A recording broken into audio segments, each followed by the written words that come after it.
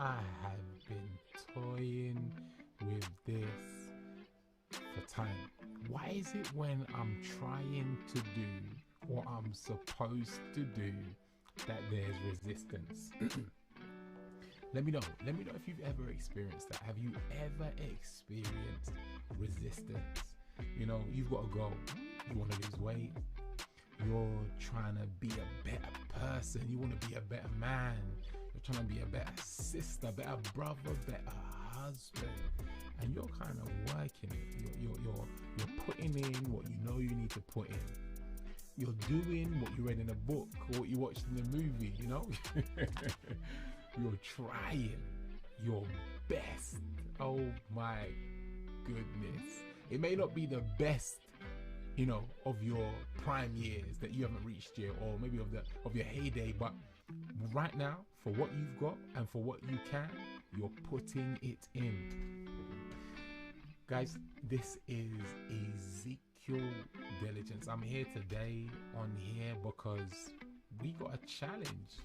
Yeah, we got a challenge. You see this? It's the what we got here is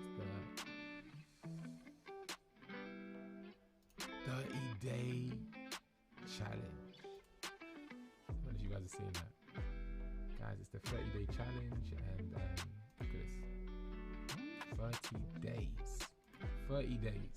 I'm battling with my bestie in love. This is a love battle, guys. You know what I mean? This is how we enhance the love, increase the fire. I'll talk to you guys about that another time.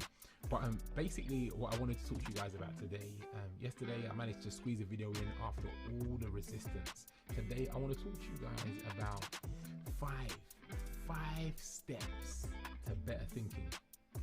5 steps to a new brain, to a new mind, to a new paradigm. I'm just gonna roll with it. I'm just gonna run straight through. I'm supposed to be streaming. It don't feel like it's a stream like my usual streams, you know, but here we go. Number 1,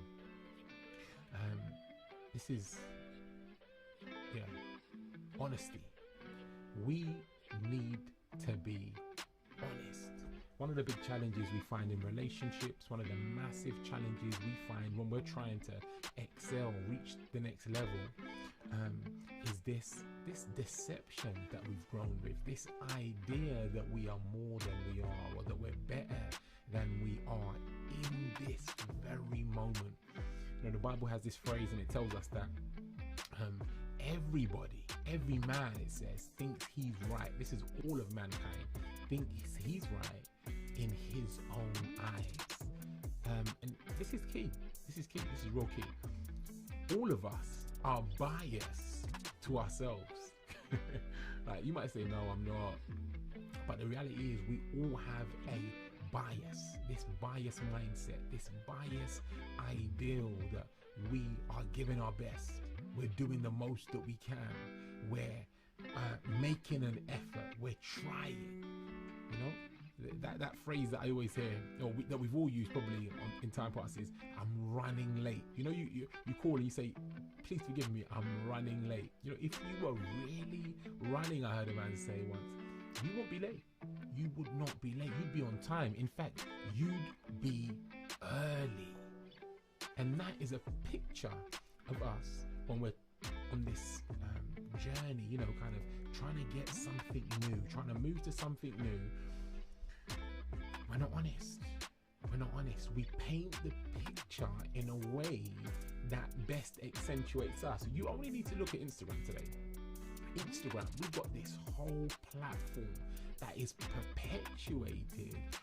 It's lifted, it's promoted by us putting our best foot forward. I remember when I was growing up, bulimia was a big deal. They would talk to us about it in school. There was kind of massive campaigns, real kind of social push towards this awareness of what young ladies were going through.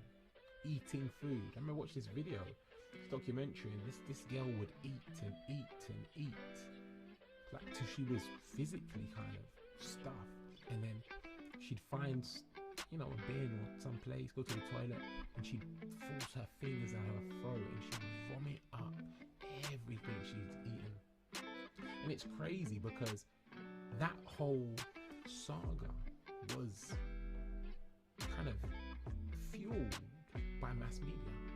Mass media presents this ideal that a woman should be a size 6 or 5. I don't know. You know, I ask my wife about those things, but you know, stick thin. That she should be stick thin in some cultures. And if you look at a lot of mass media, things are changing now. We see a lot of plus size models, that kind of stuff. But they present, and in advertising, I should say, but they presented this idea and still do. It still perpetuates that you had to be stick thin, and then our sisters, our daughters, all of those people would suffer for it. And we need to be honest. What we see on the TV screen, is that really what we're aspiring to? Is that really what we should be going for? All right, honesty is number one. Look, I'm going to kind of jet through. I don't want to sit here and just casually talking. The next thing is logic. You know, when we're in a situation, we need to be clear. Okay, I guess clarity in logic. We need to be clear on the type of mindset, the type of math that we're using. You know, there's a difference between subtraction, multiplication, addition, and it goes on and on and on.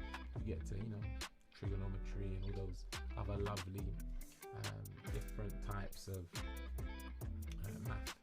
But the truth be told is that if we're not clear, if we're not honest, if we're not 100% clear on the type of thinking we're using in a situation, and maybe this means getting educated, right?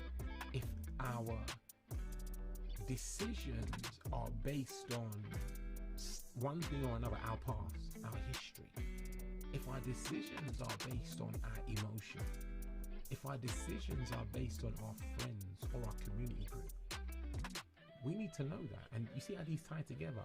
We need to understand what type of thinking, what type of logic we're using. The reality is really that we need to be critical, all right? We need to be critical.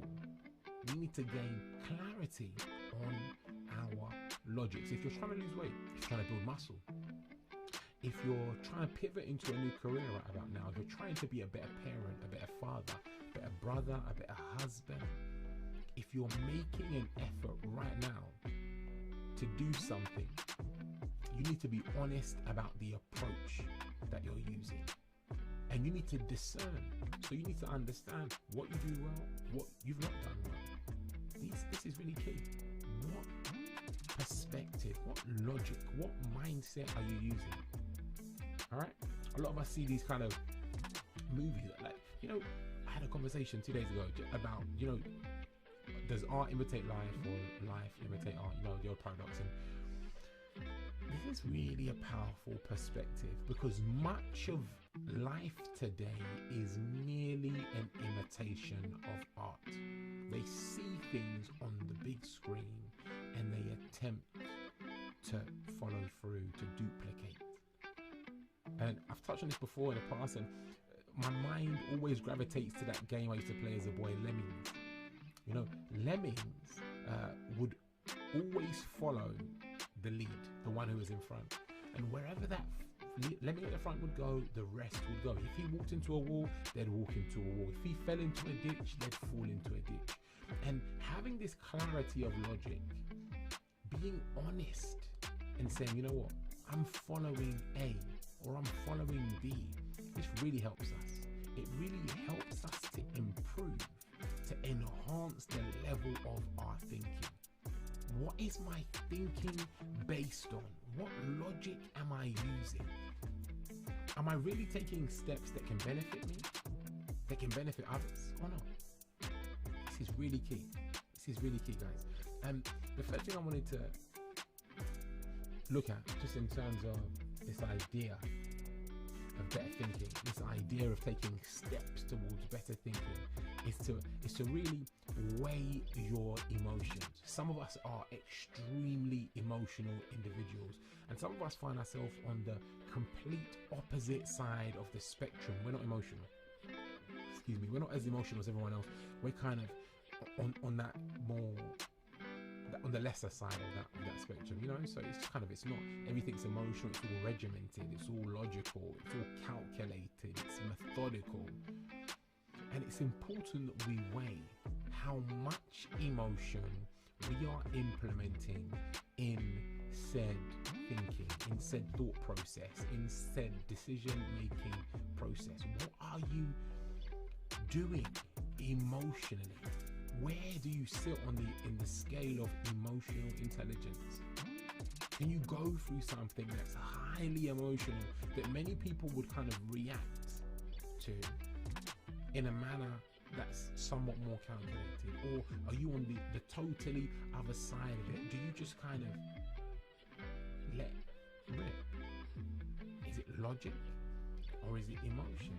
And this is really, I'm not saying to don't be emotional, use less emotion in your thinking. I'm not saying that. What I think is key is that we begin to weigh our emotions, know our emotions. This kind of ties into number 2 I was giving you just now, really, in terms of understanding, getting clarity on the type of thinking you're doing. All right. The 4 point, number 2, was really about paradigm. Which worldview am I bringing into my situation? When I'm talking about weighing your emotions, what I'm talking to you about is having a handle on how much emotion you implement in said thinking scenario. Yeah? When you're making decisions, serious decisions, light decisions, do you do it emotionally?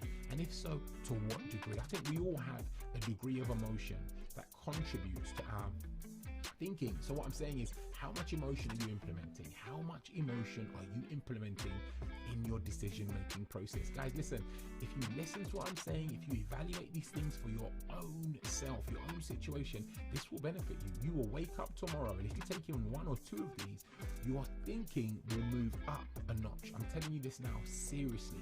I've seen this time and time again. A lot of people are living deluded lives, not being clear, not being honest, not willing to wake up and say, you know what, that was bad, this wasn't. And that's why they kind of live in this perpetual zone of challenge after challenge after challenge. We need to be honest. We need to use logic, get clear on logic, and we need to weigh our emotions. Number 4 is take counsel. Take counsel. This could have been number 5, but it's 4 minutes. This is really important in every situation. The scripture, go into the Bible again, and it says, in the multitude of counselors there is safety. Tell me which king that you know that doesn't have, kind of wise guys around him, advisors. Tell me which leader you know that doesn't have a cabinet or a council or this kind of collective around them that they talk to, that are specialists in one area or another. If you're trying to up-level your thinking, first and foremost, you should have a mentor or coach. That's another video for another day. But in fact, let me say this. You should have a mentor, a coach, or a pastor. I was asking a question the other day. I was saying to one of my brothers, saying to him, everybody needs a mentor or coach. I said, to be fair, maybe some believers don't need one of those because they should have a pastor who's kind of engaging them. They should have some pastoral care. And that pastoral care is a form of counsel. But I digress. We should all take counsel in all situations, in all circumstances. Who do you know who is in a position of power? And when I say that, it doesn't have to be a government official. You understand that? You could be a business owner. You could be a family man. We all have degrees. We all have ranges of power and influence. So my point is, who do you know in that scenario who is successful, who has taken counsel from nobody? How important is your mind? Your mind. Our minds need counsel. I'm telling you that now. I'm not saying that you can't do great things by yourself, but with counsel, listen, you move up notches. All right? Why make the mistake yourself? They talk about reinventing the wheel. Why would you go to all of that pain and problem and challenge when you can get a few heads together and really consider something fruitful? The last thing, really, number 5, is consider your past. Consider your past. You know, we've come a long way, all of us, whether you're a youth, whether you're an adult, no matter where you are on the scale, we've covered some distance. And if we would just look back, and this really is a culmination of some of the things I've said to you today, being honest, using logic, weighing your emotions, taking counsel. Look back and ask yourself, in that situation, was I honest? Did I use this logic or that logic? Did I respond or react emotionally? Did I take counsel? This is really key, because if we can look back again, being honest, maybe take some counsel, ask a friend or ask someone else who was involved in that very situation. If we can get counsel, if we can look back and be honest, if we can be clear and get clarity in our logic, if we can weigh our emotions in situations of the past, we can win going forward. We can win. Why would we do? What do they say? They say, I think it's attributed to Einstein. He says the definition of insanity is doing the same thing again and again and again. The scripture just says, don't be foolish. Understand what the will of God is.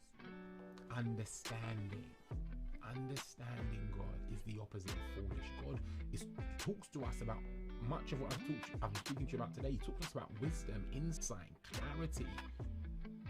And if we're able to understand, we find ourselves in a totally different position.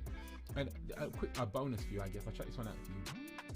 Measure your results. So everything I said to you previously, you know, you can really do that in your head, or kind of do it without any kind of apparatus. Talk to a friend, talk to a family member, think about your emotions, think about your logic, think about whether you're being honest, consider your past. You could probably sit right where you are and kind of step through the process I've just given you.